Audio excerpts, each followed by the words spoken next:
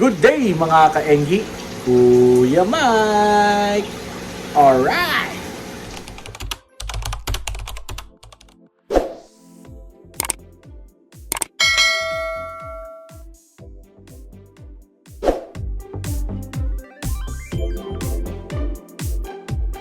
Ayun mga ka-Enggi, no, for today's video, no, balik gapi tayo, no. So hindi nyo pa napanood yung mga ibang video natin tulad nung pag-setup ng orasan sa ating Bergman Street EX, no. Panoorin nyo na rin po 'yon. At yung ating firing range, no. Suportahan nyo po yung ating mga ibang videos. Comment down below, no, para mas engaging yung ating mga videos, no. Alright. So ayun mga ka-Enggi, no. Bago tayo pumunta doon sa ating gapi setup ay nag-message ako, no, doon kay Sir Jopel, no. Shoutout sa iyo Sir Jopel, Anli Gapis, no. Alright. So ayun, no, ang nangyari po ay nag-drop po kasi yung ating BDSS, no. Tapos medyo may isang buwan na siya, no, at labas na yung mga kulay. So ngayon ang gagawin natin is magkakaling tayo ng ating mga BDSS para po makita natin yung mga quality na BDSS na nandito sa atin, no. Alright. Yan, no. So ang bubungad sa atin si Sam, tapos dito tayo, no. Alright. So ito yung ating mga ikakal, yung ating BDSS. Yan, no. O diba? So lalagay natin yan dito para makita ko. Wala pa kasi akong viewing tank. Tapos lipat na lang natin muna dito yung mga hindi pasado. Alright. So ayan mga ka-Enggi, no. May nakikita na ba kayo, no? Ako ang dami kong nakita, no, na hindi pasok sa standard, no. So 10 yan nandyan natin ngayon, no. At huliin ko lang yung mga tatanggalin natin. Alright.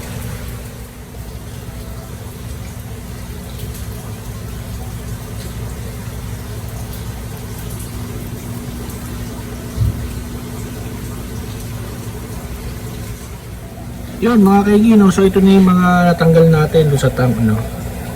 So ayan, no. Ganda pa naman ng mga pattern niya, no. Pero kasi yan, comment down below, no, kung bakit sila natanggal, no, kung bakit sila na-eliminate, no. So pag nagkakaling tayo, hindi naman ibig sabihin nun ay pangit, no. Hindi lang sila pumasa doon sa standard na gusto natin mangyari. Yan. Yun mga ka-Enggi, no, so itong mga maliliit ilagay na natin muna doon sa dito, no, sa kanilang draw out, no. At hindi pa natin makita, no, para magkaling tayo, no. So natira na lang dito isa ito, no. Ayan, no. Kita nyo naman yan. So parang mga 3 or 2 male tas 5 female, no. Ang next natin gagawin dyan, no, pag naayos natin itong mga tank is paghihiwalay natin yung male tsaka female. Alright.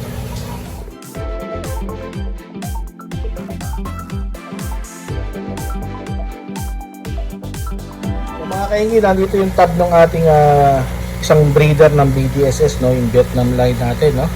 Kung saan tayo kaling yung mga anak niya, no. So kinuha na natin ulit yung mga dinrap niya, tapos nilagay na natin dito, no.